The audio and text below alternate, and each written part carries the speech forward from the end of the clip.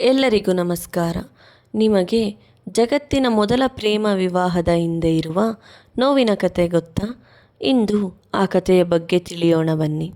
ಸತಿಶಿವರ ವಿವಾಹವನ್ನು ಜಗತ್ತಿನ ಮೊದಲ ಪ್ರೇಮ ವಿವಾಹ ಎಂದೇ ಪರಿಗಣಿಸಲಾಗುತ್ತದೆ. ಆ ಪ್ರೇಮ ಕಥೆಯಲ್ಲಿ ಅಡಗಿರುವ ಒಂದು ದುಃಖಭರಿತ ಅಧ್ಯಾಯ ಸತಿದಹನ. ಇದು ಪ್ರೀತಿಯ ಕಥೆಯಲ್ಲ, ಇದು ಗೌರವದ ಅಗ್ನಿ ಪರೀಕ್ಷೆ. ದಕ್ಷ ಪ್ರಜಾಪತಿ ಬ್ರಹ್ಮನ ಪುತ್ರ. ಅವನು ಅಹಂಕಾರದ ಪ್ರತಿಮೆಯಂತೆ ಇದ್ದನು.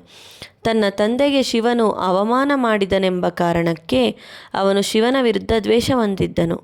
ಶಿವನಿಂದ ಬ್ರಹ್ಮನಿಗೆ ಅವಮಾನವೇ?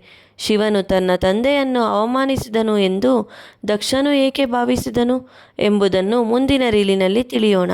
ಇದೀಗ ಸತಿದಹನದ ಕಥೆಯನ್ನು ಮುಂದುವರಿಸೋಣ. ದಕ್ಷನಿಗೆ ಸತಿ ಎಂಬ ಪುತ್ರಿ ಜನಿಸಿದಳು. ಸತಿ ಶುದ್ಧ ಭಕ್ತಿಯ ರೂಪ, ಇತ್ತ ಶಿವ ಶಾಂತಿಯ ಸಾಗರ. ಸತಿ ಮಹಾದೇವನನ್ನು ಪ್ರೀತಿಸಿ ತನ್ನ ತಂದೆಯ ವಿರೋಧವನ್ನು ಮೀರಿ ಶಿವನನ್ನು ವರಿಸಿದಳು. ಇದರಿಂದ ದಕ್ಷನಿಗೆ ಮಹಾದೇವನ ಮೇಲಿನ ಕೋಪ ಮಿತಿಮೀರಿತು.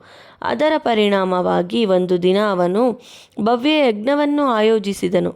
ಎಲ್ಲ ದೇವತೆಗಳನ್ನು ಆಹ್ವಾನಿಸಿದನು, ಆದರೆ ಶಿವನನ್ನು ಮಾತ್ರ ಆಹ್ವಾನಿಸಲಿಲ್ಲ. ಅದನ್ನು ತಿಳಿದ ಸತಿದೇವಿಯು ನೊಂದಳು. ಯಜ್ಞಕ್ಕೆ ಹೋಗುವ ತನ್ನ ಇಚ್ಛೆಯನ್ನು ಪತಿಯ ಬಳಿ ಹೇಳಿಕೊಂಡಳು. ದಕ್ಷನ ಸ್ವಭಾವ ತಿಳಿದ ಮಹಾದೇವನು ಒಪ್ಪಲಿಲ್ಲ. ನೀನು ಹೋದರೆ ನೋವು ಅನುಭವಿಸುವೆ ಎಂದು ಎಚ್ಚರಿಸಿದನು. ಆದರೂ ಸತಿದೇವಿಯು ತನ್ನ ತವರನ್ನು ನೋಡುವ ಆಸೆಯಿಂದ ಅರನ ಮಾತು ಮೀರಿ ತಂದೆಯ ಯಜ್ಞಕ್ಕೆ ಹೋದಳು. ದಕ್ಷನು ಶಿವನನ್ನು ಅವಮಾನಿಸಲೆಂದೇ ಆಯೋಜಿಸಿದ ಯಜ್ಞ ಅದು. ಅವನಿಂದ ಇನ್ನೇನು ನಿರೀಕ್ಷಿಸಲು ಸಾಧ್ಯ? ಅವನು ಸತಿದೇವಿಯನ್ನು ಕಂಡೊಡನೆ ಮಗಳೆಂದು ಸಹ ಪರಿಗಣಿಸದೆ ಶಿವನನ್ನು ಹೀನಾಯವಾಗಿ ಅವಮಾನಿಸಲು ಆರಂಭಿಸಿದನು.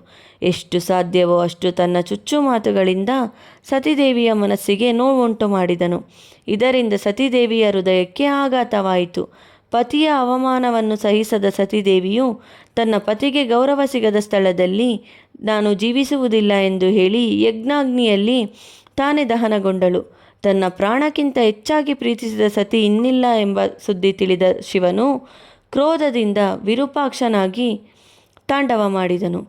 ಅವರ ದುಃಖ ಮತ್ತು ಕೋಪದಿಂದ ಲೋಕಗಳು ಕಂಪಿಸಿದವು. ಅವರು ತಮ್ಮ ಮೂರನೇ ಕಣ್ಣು ತೆರೆಯುತ್ತಿದ್ದಂತೆ ಪ್ರಜಾಪತಿ ದಕ್ಷನು ಭಸ್ಮನಾದನು. ಹೀಗೆ ಅಹಂಕಾರಿಯಾಗಿದ್ದ ಬ್ರಹ್ಮನ ಪುತ್ರ ದಕ್ಷನ ಅಂತ್ಯವಾಯಿತು. ಅಹಂಕಾರದಿಂದ ಮೆರೆದವರು ಭಸ್ಮವಾಗಲೇಬೇಕು. ಈ ಕತೆ ನಮಗೆ ಹೇಳುವುದೇನೆಂದರೆ, ಪ್ರೀತಿ ಇರುವಲ್ಲಿ ಗೌರವ ಇರಬೇಕು, ಭಕ್ತಿ ಇರುವಲ್ಲಿ ಅಹಂಕಾರ ಇರಬಾರದು. ಇದು ಭಕ್ತಿ, ಪ್ರೀತಿ ಮತ್ತು ಆತ್ಮಗೌರವದ ಮಹತ್ವವನ್ನು ಸಾರುವ ಪವಿತ್ರ ಕತೆ. ಈ ಕತೆ ಇಷ್ಟವಾದಲ್ಲಿ ಓಂ ನಮಃ ಶಿವಾಯ ಎಂದು ಕಮೆಂಟ್ ಮಾಡಿ. ನಮ್ಮ ಪೇಜ್ ಫಾಲೋ ಮಾಡಿ. ಧನ್ಯವಾದಗಳು. ಓಂ ನಮಃ ಶಿವಾಯ.